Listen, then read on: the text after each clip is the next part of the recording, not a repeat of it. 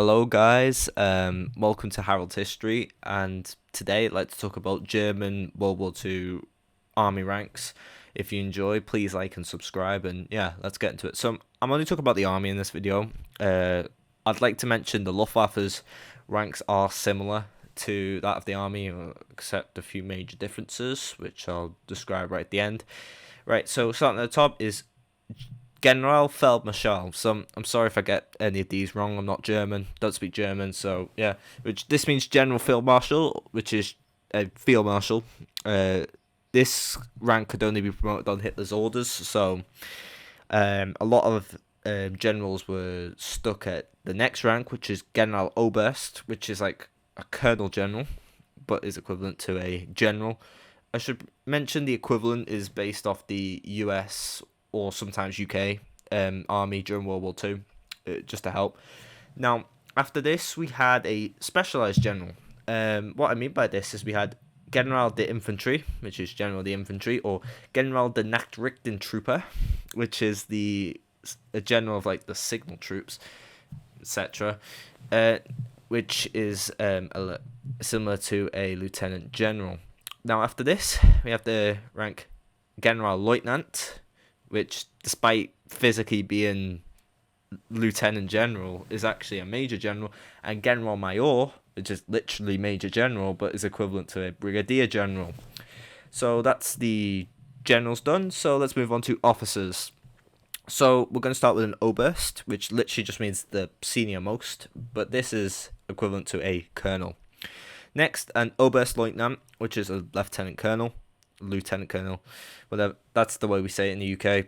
Just to let you know. So the word lieutenant itself means lieutenant, but can also kind of mean deputy. Anyway, let's get back into track. A major. This is one anyone could agree on. It's just a major. It's spelled the exact same way. And it's the exact same rank. Next, we have a Hauptmann, which literally means a main man, but can be equivalent to a captain. Although I'd like to mention in cavalry divisions, he was called a Rittmeister. Next, an Oberleutnant, which is a first lieutenant, and a regular lieutenant, which is a second lieutenant. After that, I'd like to talk about NCOs. So the next rank actually isn't a rank, it's more so an assignment, although I believe in the Bundeswehr, which is the German army nowadays, was a real rank. This person would be in charge of logistics and was named the Spear or the Spies or the mother of the company. Now this one would be roughly equivalent to a company sergeant major or a first sergeant. Then next we'd have a Stabsfeldwebel, which is a sergeant major, although it literally translates as a staff sergeant. Next, Oberfeldwebel, which is a master sergeant. Then after that we have a Feldwebel, which is a technical sergeant. Then an Unterfeldwebel, which itself is a staff sergeant, even though I told you upstairs that, yeah, it's whatever, this is confusing. And finally, an Unteroffizier, which is a sergeant. But the term Unteroffizier actually means NCO in German. Like, that's the term for it. So, a little confusing. And finally, Mannschaften, which is the enlisted men. So, the first rank is a Stabsgefreiter, which is a lance corporal roughly. Now, although this person was assigned to more so be on a quartermaster in the early war and in late war, was changed to be the leader of a squad because there wasn't enough NCOs.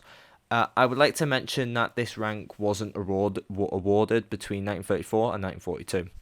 So after that, we have the ranks Obergefreiter and Gefreiter, which are both roughly a corporal. The only real difference is based off years of service. And an Obergrenadier, which is a grenadier or a Schütze. It can also be an Oberschütze as well, with roughly a year's service. And right, the last one. This is the rank Schütze for rifleman, as we're doing. But this was changed to grenadier in 1942 for propaganda reasons. You see, grenadiers, at least traditionally speaking, like we're talking the 17th century, were better, were more elite soldiers. Now, this rank could actually depend on what part of the army you're in. So, you could be a pioneer, which was an engineer, a cannoneer, which would be in artillery, or a funker, which would be based off radio, because funk means radio. So, hope you've learned something from this video. Please like and subscribe, and yeah, bye.